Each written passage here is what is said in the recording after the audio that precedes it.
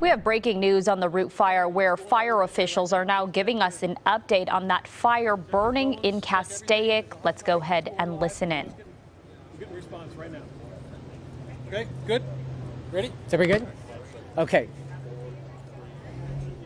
All right, good evening. My name is Captain Sheila Kelleher-Burko with Los Angeles County Fire Department, SHEILA-KELLIHER-BERKOH.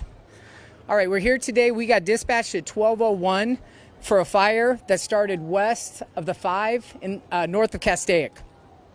Right now, that fire sits at 4,625 acres.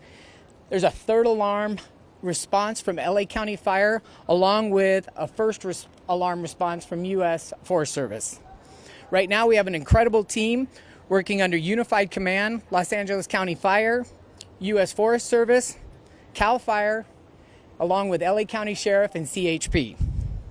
As far as resources go, we have 250 firefighters for Los Angeles County Fire working. We have 115 U.S. Forest Service firefighters, and we have a robust group of resources that are en route to work through the night and into tomorrow. As far as aircraft go, we have about 15 aircraft up. That makes about 8 tankers and 7 helicopters. We do have 8 injuries, 6 were transported. And at this time, there are no structures threatened, but we do have some evacuation centers in place. And I'm going to have Lieutenant Barclay from LA County Sheriff talk about that. Hi, good evening. As the captain discussed, it's Barclay, B-A-R-C-L-A-Y. Deputies will remain in the area to provide security and escorts for the personnel, assist with evacuations. As of right now, we've done evacuations on approximately 100 to 200 homes north of Lake Hughes Road, south of Templin Highway, west of the Castaic Lagoon, and east of the 5 freeway. The West Ranch High School will have the Red Cross will be set up at approximately 2,000 hours. For people north, the Fraser Park in Lebec area, it'll be set up at 2,100 hours. All small animals in the Castaic area are encouraged to go to the Castaic Animal Shelter, and we will have be deemed as a reunification point at the Red Cross for folks. Lieutenant, what's your first name? Brandon, common spelling, B-R-A-N-D-O-N.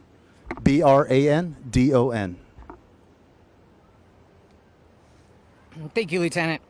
All right, now as far as road closures go, I'm going to have Captain Cruzy from CHP give you that information.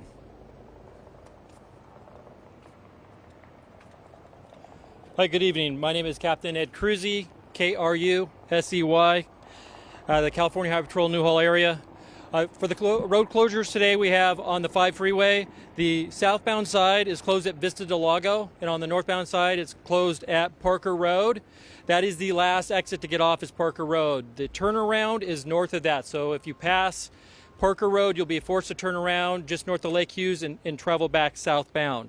For the surface streets that are closed, we have Templin Highway, eastbound from I-5, Ridge Route northbound at Lake Hughes Road, and Ridge Route north just south of our location at Castaic Road, currently closed for the fire. How long do you expect the 5 to be closed in both directions, realistically? Realistically, we're hoping it'll be relatively soon. We still have to check it for any structural issues.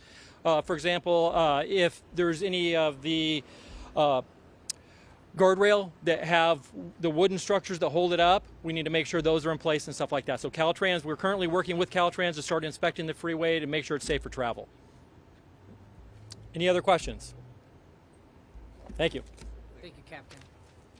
All right, now I'd like to have Battalion Chief Smith come up with the U.S. Forest Service to give you all a safety message.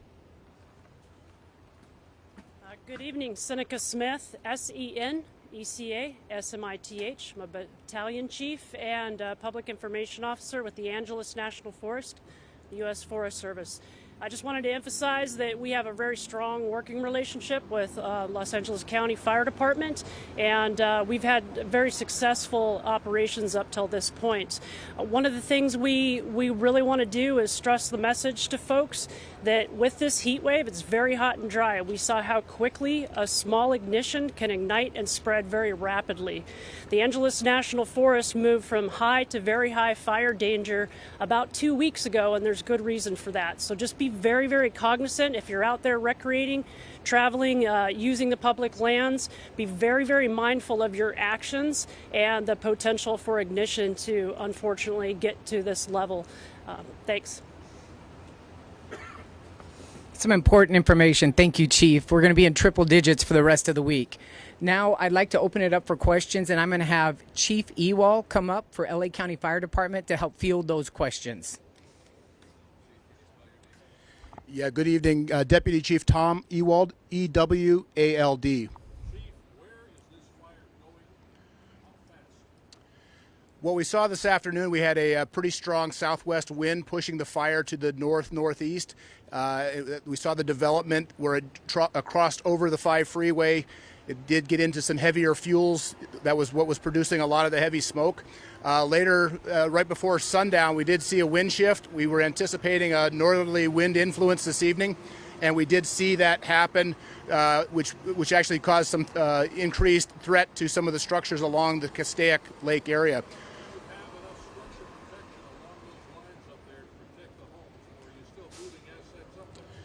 At this point in time, we feel we have adequate resources to meet the needs for the structure defense mission for the homes that were under the smoke column. We will definitely for tomorrow, we'll continue to provide structural defense along Lake Castaic area, along the ridge route. But at this time, we believe we have adequate resources in place.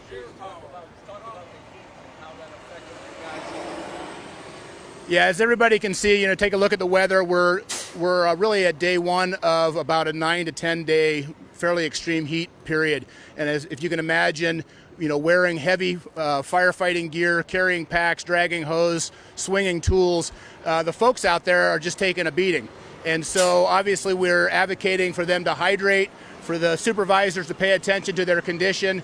We have a lot of medical resources available, so if things do go awry, that we have the opportunity to provide treatment very quickly. We did have 8 heat-related events today. 6 people were transported. I believe their condition is all good. But we're really, as we look at tomorrow's plan, we anticipate having additional heat emergencies tomorrow. We're going to take all the precautions of having paramedic resources available, aircraft available if we have to hoist people out, but we're going to take the heat very seriously. We're in this for a while. This is probably not going to be the only fire that we're dealing with here in LA County over the next week or so, but the heat is a big factor. At this time, I don't have any confirmation on the damage to structures. I've heard some radio conversations regarding it, but I have got no validation on any structure damage or any structure loss.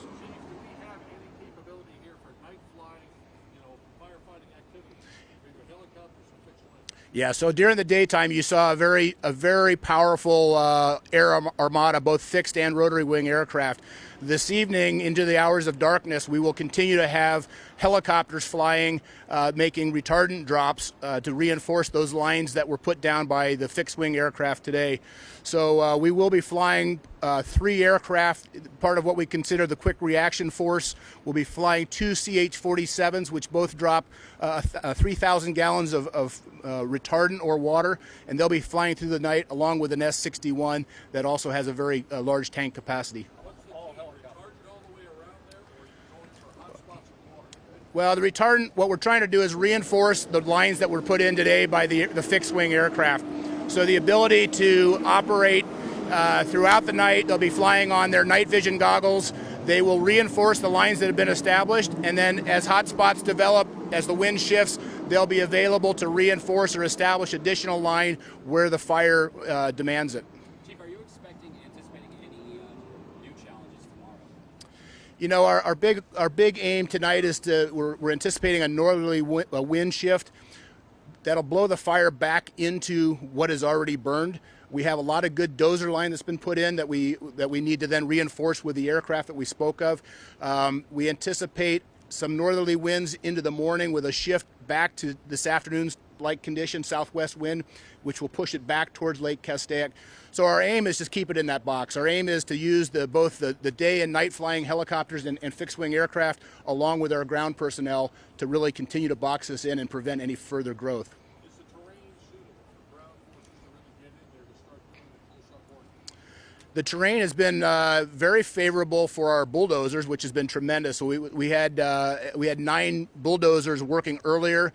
We're resetting that. You know, one of the big challenges.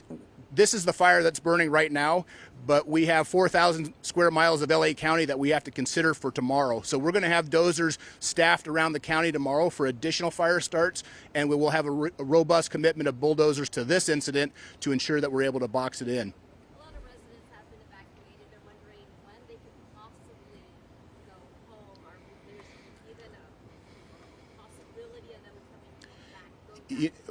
You know, we don't have any specifics on that just yet. The aim will be to get people back into their homes as soon as possible. You know, as the threat passes and we're able to get into the neighborhoods and assess with our partners from California, for Southern California Edison and others to make sure that the neighborhoods are safe, then we can make the determination of being able to let people back in. But it is really one of our high priorities to ensure that we're not keeping people out of their homes for too long. But safety is the driver. So again, no structure, you have no confirmed structures damage? As of right now, I do not have any confirmed structure damage. You were talking about the heat and how hot it gets for these firefighters out on the field and battling the blaze. 100 degrees, what does it feel like for them? Because 100 degrees outside, plus the blaze close by. Is there any way of calculating how hot it can get for them? You know, I don't know how you'd calculate that. It's just, you know, you got hot and then you got really hot. And then so they're dealing with really hot, and they're dealing with it for hours upon hours. So really the best mechanisms for them to deal with it is hydration. And then it's a matter of monitoring their work levels, ensuring that we're cycling them through rest periods. But there's no opportunity for the crews on the hillside to go into an air-conditioned environment. They're out there, and, you know, for the most part, they get acclimated over a period of time to the warmth, but these temperatures are above what they've been acclimated to, and it's going to be challenging. So. Thanks, Chief. Any other questions? All right, thank you. Have a good evening. Thank you. Thank you. Cap, any indication of a later update? Are we talking 2 or 3 hours? As soon as we know, we'll let you know. We'll tweet it out. Well, that is the latest information from fire officials there in Castaic. As you heard, the fire has burned 4,600 acres so far. Right now, we know that tonight there will be 3 night helicopters that will be flying out there, a part of the county's quick reaction force program. So far, they do not have any confirmation on any structures that have been damaged or lost, but we know there have been 8 injuries. 6 people sent to the hospital. No details on how those people were injured or who they are. As for evacuations, this is what you need to know. North of Lake Hughes, east of the 5 freeway, evacuated at this time. We know that Red Cross will be setting up at West Ranch High School. And if you have small animals, you're being asked to take those to Castaic Animal Center for any help that they may need. At this point, we also know the 5 freeway does remain closed at this hour through the Grapevine, all southbound lanes and northbound lanes, southbound lanes at Vista del Lago, northbound lanes at Parker Road. Of course, we will have more information at 8 p.m.